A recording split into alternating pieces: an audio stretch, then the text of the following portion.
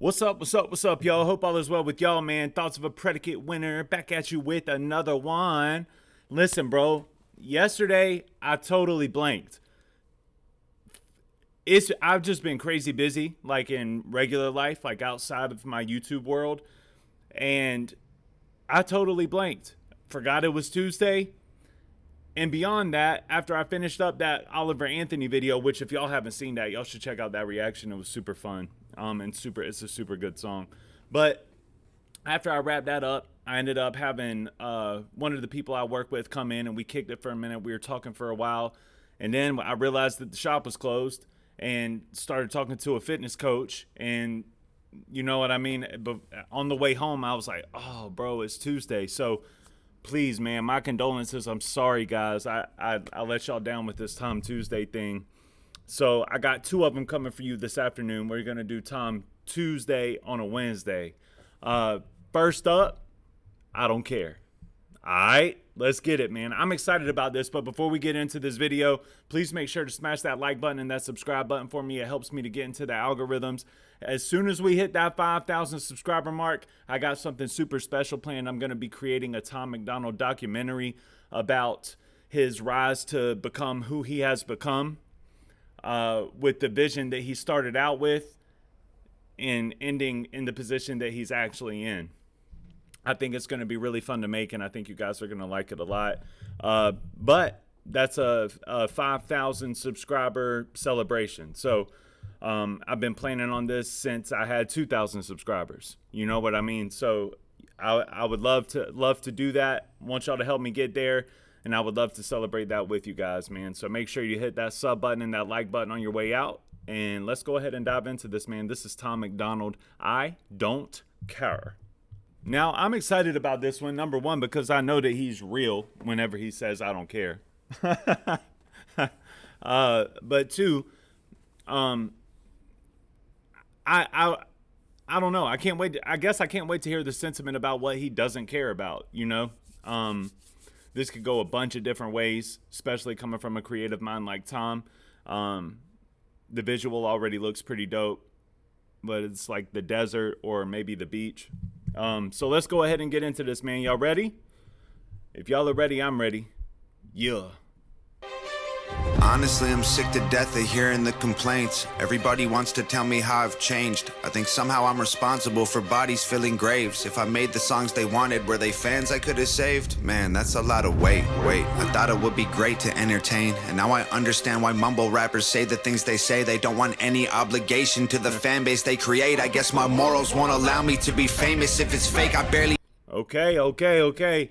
I like that analogy right there. Now I understand why the mumble rappers say what they say. Because the mumble rappers don't be saying nothing. It's because they don't have a fan base that they align with. They don't have to hold any kind of mantle of honor up. They just spit some random TikTok, blah, blah, blah, to a microwave generation, and they just get paid off of it, and it's lit. What Tom is saying here is he still has to go through the struggles in the back and forth with himself of like, do I say this? Should I not do this? Should I do this?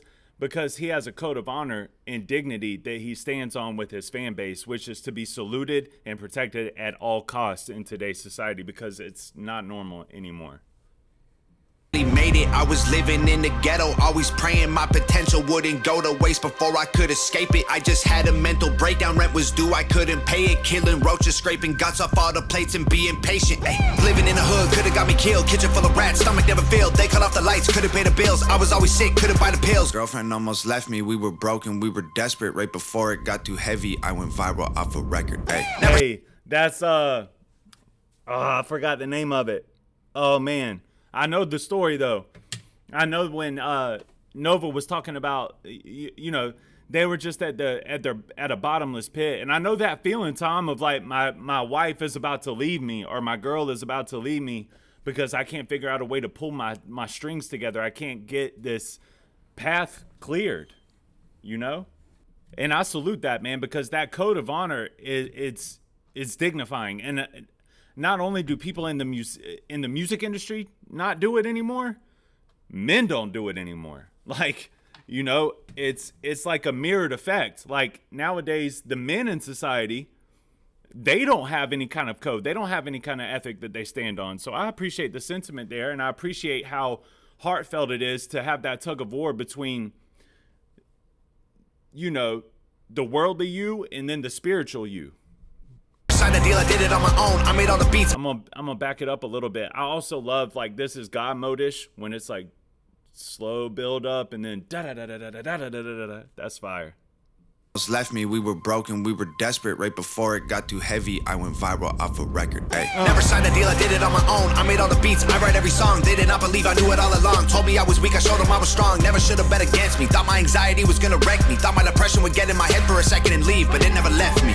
What did he just say right here? Hold on, I'm sorry. I knew it all along. Told me I was weak, I showed them I was strong. Never should have bet against me. Thought my anxiety was gonna wreck me. Thought my depression would get in my head for a second and leave, but it never left me.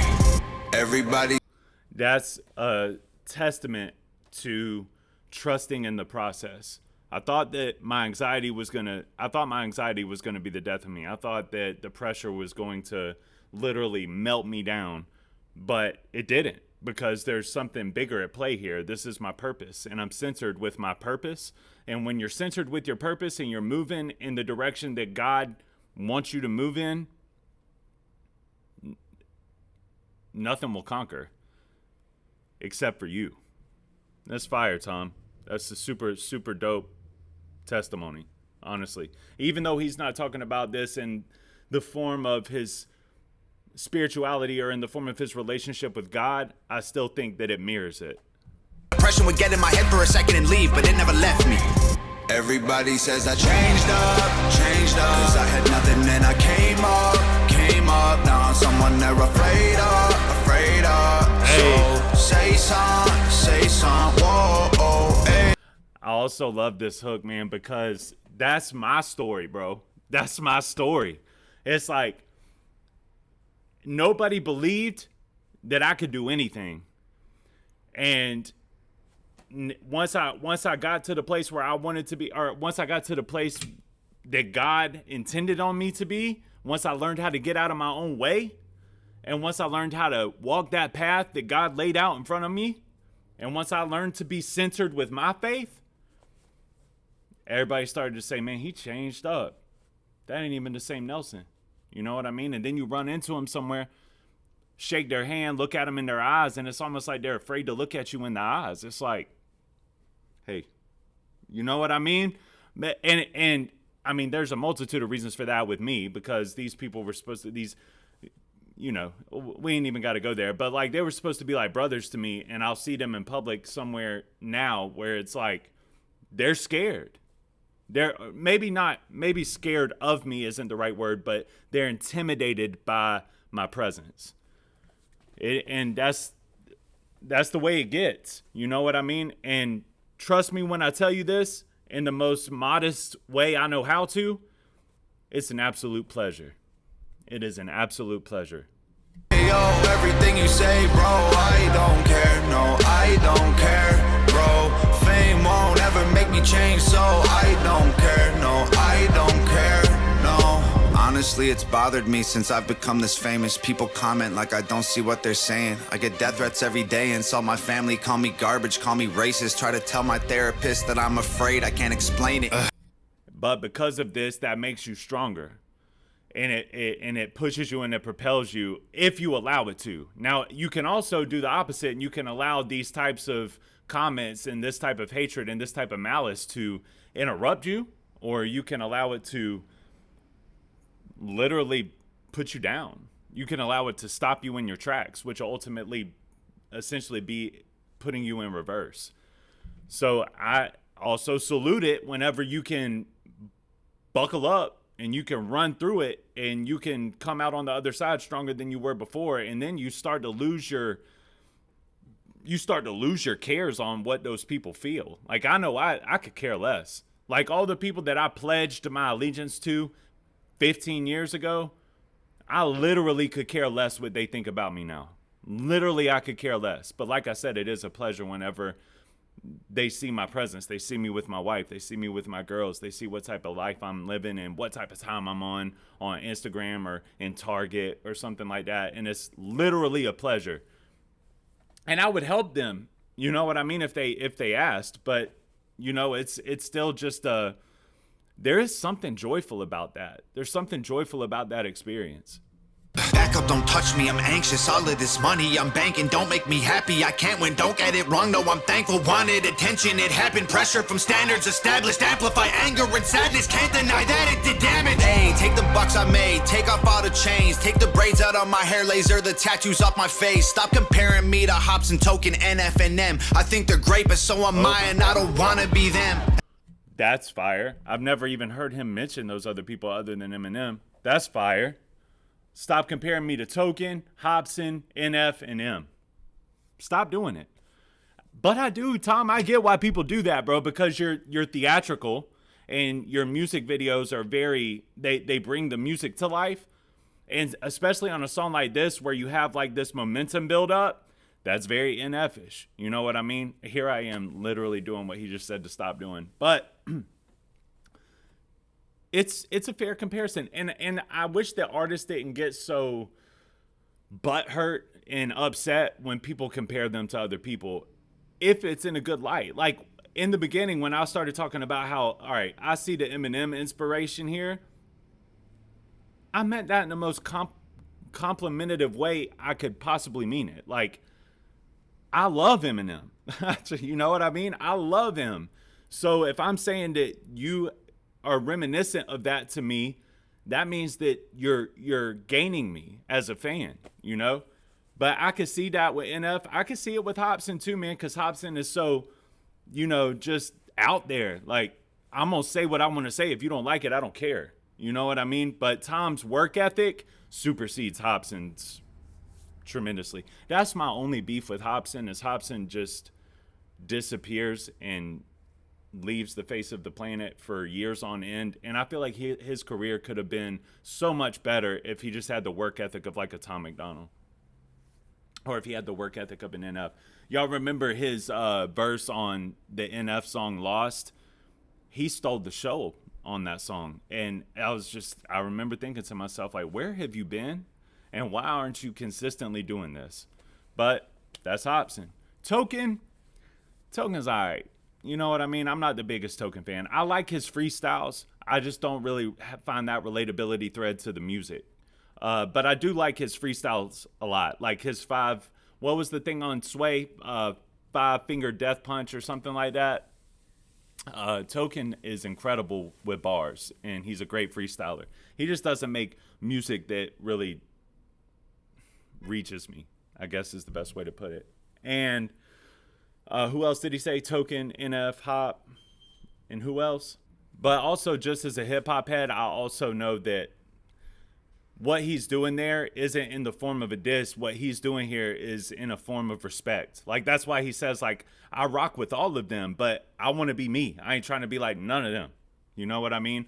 So he's separating himself whilst also saluting, which I think is fire. I think that's a dope shout out, and it fits. It fits in the song really well. Established, amplify anger and sadness. Can't deny that it did damage. Hey, take the bucks I made, take off all the chains, take the braids out of my hair, laser the tattoos off my face. Stop comparing me to Hops and Token, NF and M. I think they're great, but so am I, and I don't wanna be them. And I never changed, but I'm not the same. I'm not the person that I was once. Alcoholic, always calling mama, always trying to borrow 50 bucks.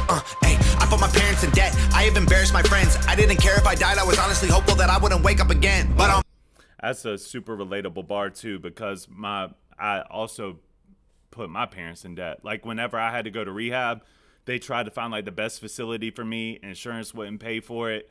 And I remember my mom talking about like, we're literally going into debt to try to help you. Please take this serious. And I was like, yeah, sure. Okay. But you know, the sentiment changed when I got that phone call from my wife, and she was like, yeah, I heard about this and I heard about that, and I'm leaving.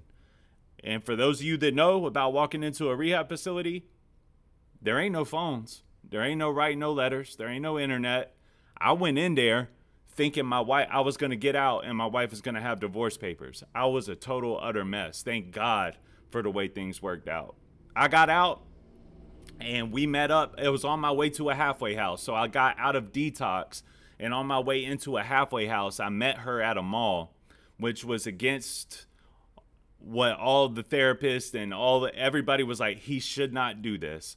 But I had to try to fight for my marriage. And I sat across from her at a table in the mall and essentially played 21 questions. Like, you ask me anything, I'm giving you the truth. We're laying it out right here, right now. And I just pleaded. I was like, please stay with me, man. Please don't leave me. I'm going to do better. I promise you this will never happen again. And I had no business promising that, to be honest. But it worked out because I never put her through nothing like that ever again. So shout out to my wife for being a real one. You know what I mean? Shout out to my wife for just being a loyal, real, down A chick, bro. Love my wife. I'm back now, knock me down to that mat, but now I stand proud. Last round, believe me, I'm ready to scrap until they back down. Doctor gave me pills, told me I was sad, never took them though, threw them in the trash. Made a couple mil, money doesn't last, trying to smile a bit, living in the past. I love that. Never took them though, threw them in the trash. And also shout out to Nova for being a down A chick too, man. For real, because it's the same sentiment. Like, women get to a point where they're fed up. Like, they listen, y'all, like, at the end of the day, there's a lot of shenanigans that goes on in our world, but men have a purpose on this earth. It's to protect, provide, and be the priest of your household. Women have a purpose on this earth, and it's to be submissive in a spiritual manner. And it's to build up and to care and to mediate, you know? But women get to a point where they're like, if you're not providing any of the senses that you're supposed to be providing, like if I'm not giving you any kind of protection, provision, and I'm not in no way, shape, or form a priest of my household, I'm not offering you anything, you should leave. You know what I mean? Like, because you're not gonna have your heart will not be fulfilled. Luckily, when I got out, I started working on those steps and I became a better man. Seems like Tom did the same thing after he got that hit. He was like, or after he got on, he was like, all right, it's time to start putting these steps in. I'm going to be better, you know? And as men, we honor that. Like, when you're loyal to a T like that, whenever it could be years, it could never happen. Some men never have that moment of clarity where it's like, man, I owe her everything on earth. Some men don't ever have that moment. But if you're blessed and fortunate enough to have that moment, I'm telling you, man, I would do anything in the world for my wife tenfold. Everybody says I changed up, cause I had nothing and I came up, now I'm someone they're afraid of, so say some, whoa, hey yo, everything you say, bro, I don't care, no, I don't care, bro, fame won't ever make me change, so I don't care, no, I don't care. See this Gucci, I bought it. I'm no sellout, homie, stop it. This is a symbol of the work I did that's finally acknowledged. This is robbed at corner stores while getting soda and some chocolate. This is bullied all my life by kids at school, I ain't forgot it. This is profit that I got from sacrificing food and water. This is dollars I had after finally paying back my father. This is failing grades and skipping class and dropping out of college. You can't stop me, that's your problem. I will get it if I want it. Stop telling me that I switched sides, my life changed. I'm a different guy, my mama proud. The tonality is crazy. And I truly think that that's worth highlighting here because I preach on this a lot, I know, but tonality is so important because it makes the song more efficient. Like, if your tone is expressed properly, then the efficiency in the record is going to reach the way you want it to reach. So if you're trying to punch somebody in the heart, your tone needs to be expressed as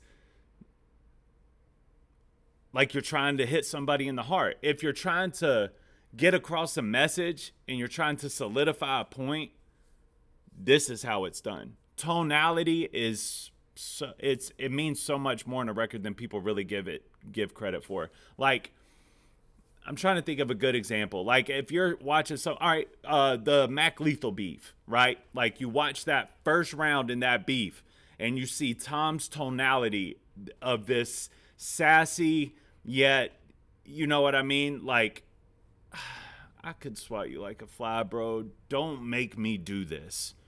Versus Mac Lethal's tonality of like, I'm a nerd and I'm sitting at a computer and you're going to believe what I say, because that ruined it. You know what I mean? And I gave him credit on his diss. I was like, that's cool. But Tom destroyed him, and a large reason is because of Tom's tone. Tone is probably the most important aspect to lyricism. And that's why. Because if your tone is right, it becomes believable. I like this song. This song is hard. My girl stoked, my sister happy I didn't die. They're mad instead of saying, Tom, I wish you the best. Of course I changed, I had to go and buy a bulletproof vest. Cause I've been stressed, yeah, I'm a mess, yeah, I need rest, yeah. Wasting energy on enemies I never met, yeah. I need meds, yeah, I need bed, yeah. What the heck, I should send a text to see if I still have some friends, yeah. Now that I'm healthy and nobody helped me, I wanna get every penny independent. I'm a menace, I'm a wreck it, all my records got a message, I'ma spread it. And I'm still the person my mama nurtured to become this version. So shout out mom, I don't ever sleep. Every night is long, everything is on me, Tom. Everybody says I changed up, cause I had nothing and I came up, now I'm someone they're afraid of, so say some, whoa, hey yo, everything you say, bro, I don't care, no, I don't care, bro, fame won't ever make me change, so I don't care, no, I don't care, no. Very well done. Very well done. Video was well done. Song was delivered and executed perfectly. The sentiment of the song was delivered perfectly. The tonality was perfect.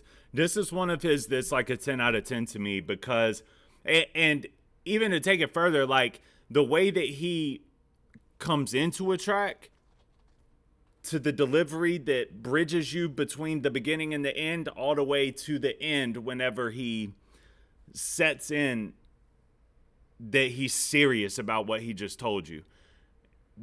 Tom could put on a masterclass on how to do this, man. He really can. I really was so wrong about him in the beginning, and it's not that I'm surprised whenever I see stuff like this, but my foot is in my mouth because it's so many. He's got so many that it's kind of it's blown my mind. It's blown my mind, which is what's, you know, that's what's inspired me to do this documentary that I want to do to begin with, because I'm one of those people that's like hip hop head, embedded in the culture. It's in my veins. It's in my DNA. How come I didn't know about this dude? You know what I mean? Because this is real hip hop. We'll get to it on the documentary. I'm not gonna do that. But man, I like this one a lot.